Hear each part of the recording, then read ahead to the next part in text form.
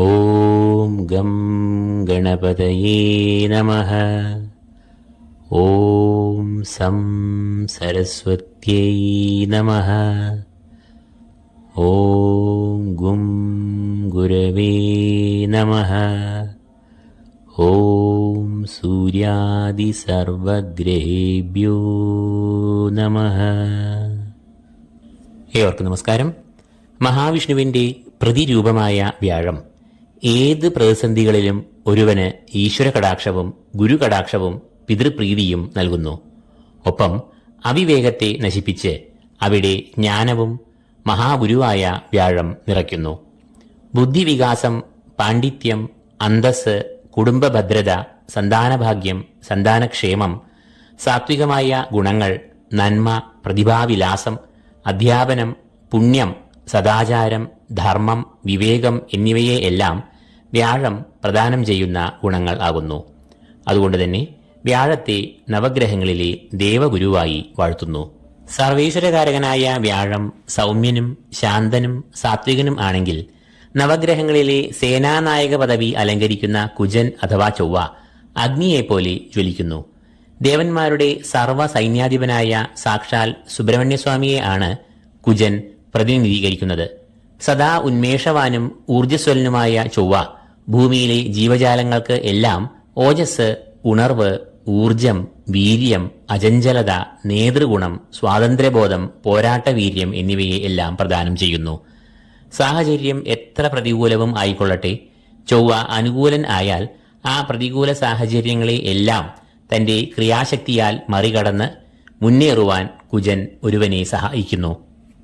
വരുന്ന ജൂലൈ 12-ാം തീയതി കുജൻ ശുക്രന്റെ സ്വക്ഷേത്രമായ ഇടവത്തിൽ പ്രവേശിക്കും.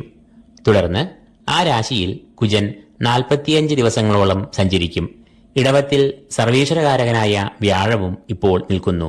തൽഫലമായി നവഗ്രഹങ്ങളിലെ മഹാഗുരുവും വീരനായ സേനാനായകനും ജൂലൈ 12-ാം തീയതി മുതൽ ഇടവം രാശിയിൽ സംഗമിക്കുകയാണ്. ഈ സംഗമത്തെ ഗുരുമംഗളയോഗം എന്നാണ് വിശേഷിപ്പിക്കുന്നത്. ഈ രണ്ട് മഹാഗ്രഹങ്ങളുടെയും സ്വഭാവ സവിശേഷതകൾ വിഭിന്നം ആണെങ്കിലും ഇരുവരും ബന്ധുക്കൾ ആകുന്നു. ആയതിനാൽ ഈ ഗ്രഹങ്ങളുടെ യോഗം അതിവിശേഷമായതും രാജയോഗ തുല്യവും മംഗളം ആയതുമായ ഫലങ്ങൾ നൽകുവാൻ പോന്നതാണ്.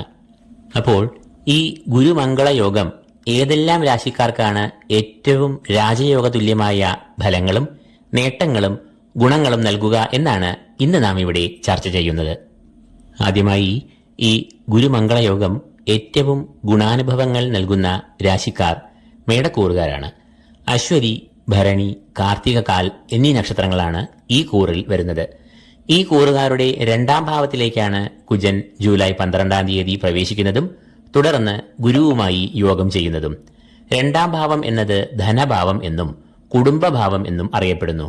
കുജൻ എന്നത് മേടക്കൂറുകാരുടെ രാശ്യാധിപൻ തന്നെയാകുന്നു. അതിനാൽ ഈ കൂറുകാർക്ക് രാശ്യാധിപനായ കുജന്റെ 2-ാം ഭാവത്തിലേക്കുള്ള രാശിമാറ്റം അനുകൂലമായ ഫലങ്ങളെ നൽകും. കൂടാതെ ഇവിടെ ചൊവ്വ വ്യാഴവുമായി യോഗം ചെയ്യുകയും ചെയ്യുന്നു. വ്യാഴം എന്നത് മേടക്കൂറുകാരുടെ ഭാഗ്യാധിപൻ തന്നെയാകുന്നു. ആ വ്യാഴം കുജന്റെ മിത്രവും ആകുന്നു. അതുകൊണ്ട് തന്നെ ഗുരുമംഗളയോഗം ഈ കൂറുകാർക്ക് കുടുംബത്തിൽ സൗഖ്യം, സന്തോഷം, ഐക്യം എന്നിവയെ പ്രദാനം ചെയ്യുന്നു. കൂടാതെ വ്യാഴം എന്നത് ഈ കൂറുകാരുടെ 12-ാം ഭാവാധിപതി കൂടിയാകുന്നു. ഈ യോഗം സംഭവിക്കുന്നത് ഈ കൂറുകാരുടെ ധനഭാവത്തിൽ ആകയാൽ സാമ്പത്തികമായ പുരോഗതി, ധനാഗമം, അഭിവൃദ്ധി എന്നിവ ഉണ്ടാകുന്നു. ഔദ്യോഗിക രംഗത്തും ഇവർക്ക് അനുകൂലമായ ഫലങ്ങൾ വന്നുചേരുന്ന കാലമാണ് ഇത്. ഈ കൂറുകാർ ഒരു കാര്യം മാത്രം ശ്രദ്ധിക്കുക, അത് ഇവരുടെ വാക്കാണ്. 2-ാം ഭാവം എന്നത് വാക്സ്ഥാനം എന്നുകൂടി അറിയപ്പെടുന്നു. അവിടെ യുദ്ധകാരകനായ കുജൻ നിൽക്കുമ്പോൾ എടുത്തടിച്ച പോലെ പ്രതികരിക്കുവാനുള്ള ഒരു പ്രവണത ഉണ്ടാകും. അത് പിണക്കങ്ങളും തെറ്റിദ്ധാരണകളും സൃഷ്ടിച്ചേക്കാം. അതിനാൽ ഒരു സംയമനം വാക്കിൽ ഇവർ പുലർത്തേണ്ടതാണ്. കുജൻ തന്റെ ദൃഷ്ടിയാൽ സന്താനഭാവത്തിനും ഭാഗ്യഭാവത്തിനും വൃദ്ധിയെ നൽകുന്നു. കൂടാതെ തന്റെ 7-ാം ഭാവത്തിലേക്കുള്ള ദൃഷ്ടി ചെന്ന് പതിയുന്നത് ഈ കൂറുകാരുടെ അഷ്ടമ ഭാവത്തിലാണ്. അതുകൊണ്ടുതന്നെ ഇവർക്ക് ശാരീരികമായ എല്ലാ അസ്വസ്ഥതകളും അകന്ന് നല്ല ആരോഗ്യം, ആത്മബലം എന്നിവ ഉണ്ടാകും. അപ്പോൾ മേടക്കൂറുകാർക്ക് ഈ ഗുരുമംഗളയോഗം ഏറ്റവും നല്ല ഒരു കാലമാണ് സമ്മാനിക്കുന്നത് എന്ന് അറിയുക.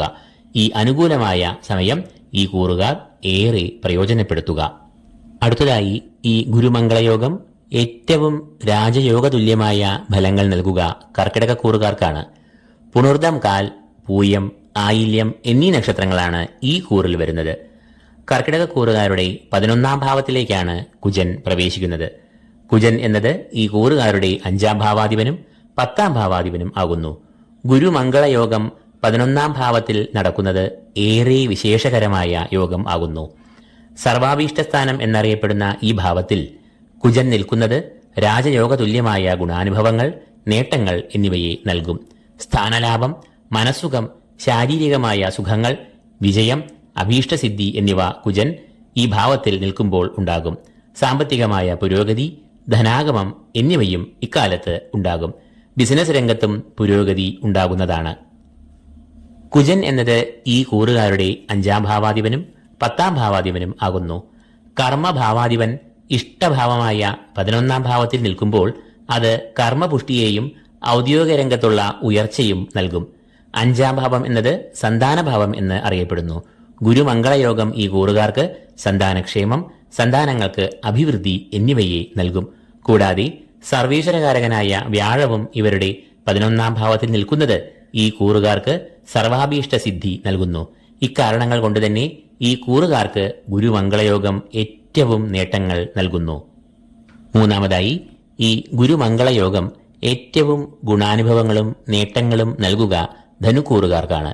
മൂലം, പൂരാടം, ഉത്രാടം കാൽ എന്നീ നക്ഷത്രങ്ങളാണ് ഈ കൂറിൽ വരുന്നത്. ഈ കൂറുകാരുടെ 6ാം ഭാവത്തിലാണ് ഗുരുമംഗളയോഗം നടക്കുന്നത്. 6ാം ഭാവം എന്നത് രോഗം, ശത്രുക്കൾ, കടങ്ങൾ, ദുരിതങ്ങൾ എന്നിവയെല്ലാം കുറിക്കുന്ന അനിഷ്ടഭാവം ആകുന്നു. എന്നാൽ കുജൻ ഈ ഭാവത്തിൽ സഞ്ചരിക്കുന്നത് ഏറെ അനുകൂലമായ ഫലങ്ങളെ പ്രദാനം ചെയ്യുന്നു. ശത്രുനാശം, രോഗമുക്തി, ദുരിതശമനം എന്നിവയെല്ലാം ഈ 6ാം ഭാവത്തിലൂടെ സഞ്ചരിക്കുന്ന ചൊവ്വ നൽകുന്ന ഗുണഫലങ്ങൾ ആകുന്നു. കൂടാതെ നല്ല ആത്മബലവും പോരാട്ടവീര്യവും ഏത് പ്രതിസന്ധികളെയും തരണം ചെയ്യുവാനുള്ള ശക്തിയും ഈ കൂറുകാർക്ക് കുജൻ നൽകുന്നു. കൂടാതെ ഇഷ്ടഭാവമായ 6ൽ നിന്നും കുജന്റെ 4ലെ വിശേഷമായ ദൃഷ്ടി പതിയുന്നത് ഈ കൂറുകാരുടെ ഭാഗ്യഭാവത്തിൽ ആകുന്നു.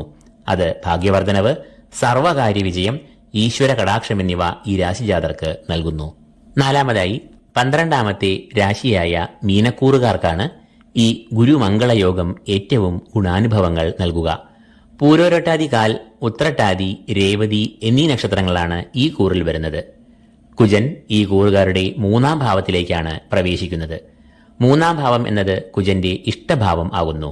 അതുകൊണ്ട് തന്നെ ഈ ഭാവത്തിൽ കൂടി സഞ്ചരിക്കുന്ന കുജൻ ഈ കൂറുകാർക്ക് അനുകൂലമായ ഗുണാനുഭവങ്ങളെ നൽകുന്നു.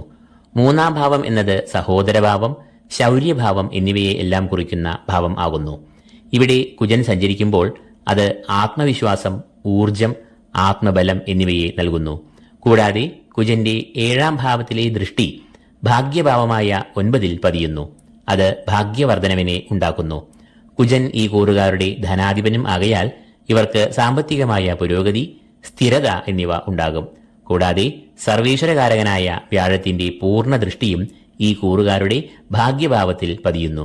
കുജന്റെ 8ലേക്കുള്ള വിശേഷാൽ ദൃഷ്ടി ഇവരുടെ കർമ്മഭാവത്തിൽ പതിയുന്നു എന്നതും കർമ്മഭാവത്തിന് ഏറെ പുഷ്ടി നൽകുന്നു.